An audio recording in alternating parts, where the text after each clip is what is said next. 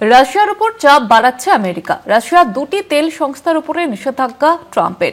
ইউক্রেনের উপরে রুশ হামলায় ভেস্তে যায় ট্রাম্প পুতিনের বৈঠক এবং পুতিনের সঙ্গে একাধিক বৈঠক করেও সমাধান অধরা।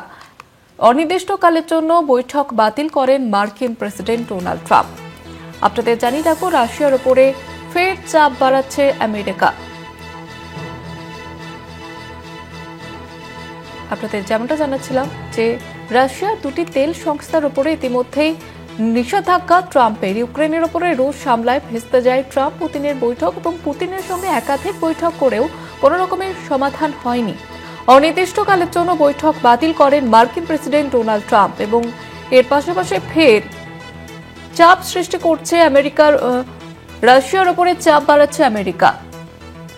ইতিমধ্যে রাশিয়া দুটি তেল সংস্থার উপরে নিষেধাজ্ঞা ট্রাম্পের।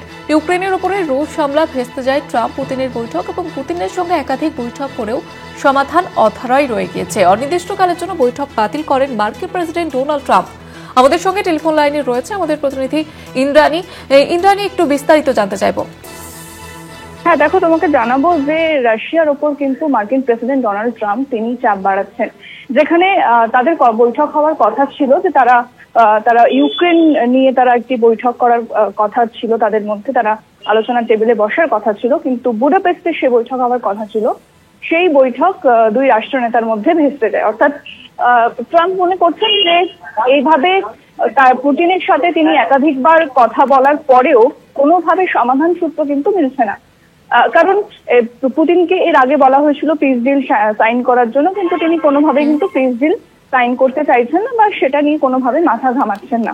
তাই ট্রাম্প মনে করছে যে পুতিনের সাথে কথা বললে সেই কথার কোনো সমাধান সূত্র বেরোচ্ছে না, তাই অনির্দিষ্টকালের জন্য সে বৈঠক তিনি বাতিল করে দিয়েছেন। এবার দেখা যাচ্ছে যে রাশিয়ার তরফ থেকেও কোনো প্রতিক্রিয়া মেলেনি।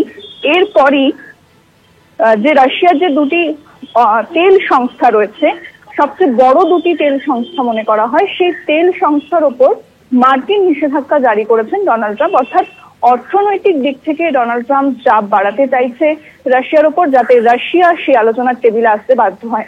কিন্তু এর আগে আমরা দেখেছি যে একাধিকবার আন্তর্জাতিক নিষেধাজ্ঞা নিয়েও কিন্তু রাশিয়া কোনোভাবে মাথা ঝোঁকায়নি এবং রাশিয়া কোনোভাবেই কিন্তু পিছপা হয়নি ইউক্রেনকে নিয়ে। ইউক্রেনের ওপর রাশিয়া লাগাতার হামলা চালিয়ে যাচ্ছে, আগেও চালিয়েছে, এখনো চালাচ্ছে। তাই ট্রাম্প মনে করছেন যে এই হামলা বন্ধ করতে তিনি রাশিয়ার উপর চাপ বাড়াচ্ছেন।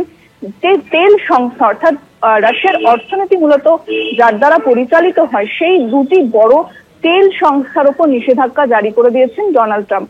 তবে দেখা যাক এর পরবর্তী আপডেট কি হয়, কারণ রাশিয়ার তরফ থেকে এখনো কোনো প্রতিক্রিয়া মেলেনি। পুতিন কি করবেন? কারণ এর আগে পুতিনের সাথে তিনি বৈঠক করেছেন, তিনি কথা বলেছেন, সেখানে বলেছেন যে হ্যাঁ পুতিনের সাথে তার বৈঠক ফলপ্রসূ হয়েছে, একটা ইতিবাচক ইঙ্গিত দিয়েছেন, কিন্তু সেখান থেকে কোনোভাবে ইউটার্ন নিতে চাইছে না এই পরিস্থিতি এবং পুতিনও কিন্তু কোনোভাবে মাথা নোয়াচ্ছেন না। তাই আমেরিকা কিন্তু এবার একটা চাপের মধ্যে পড়ছে এবং সেই চাপের মধ্যে পড়ে পুতিন এবং রাশিয়ার উপরও কিন্তু চাপ বাড়াচ্ছেন মার্কিন প্রেসিডেন্ট ডোনাল্ড ট্রাম্প। ধন্যবাদ জানাবো ইন্দ্রাণী।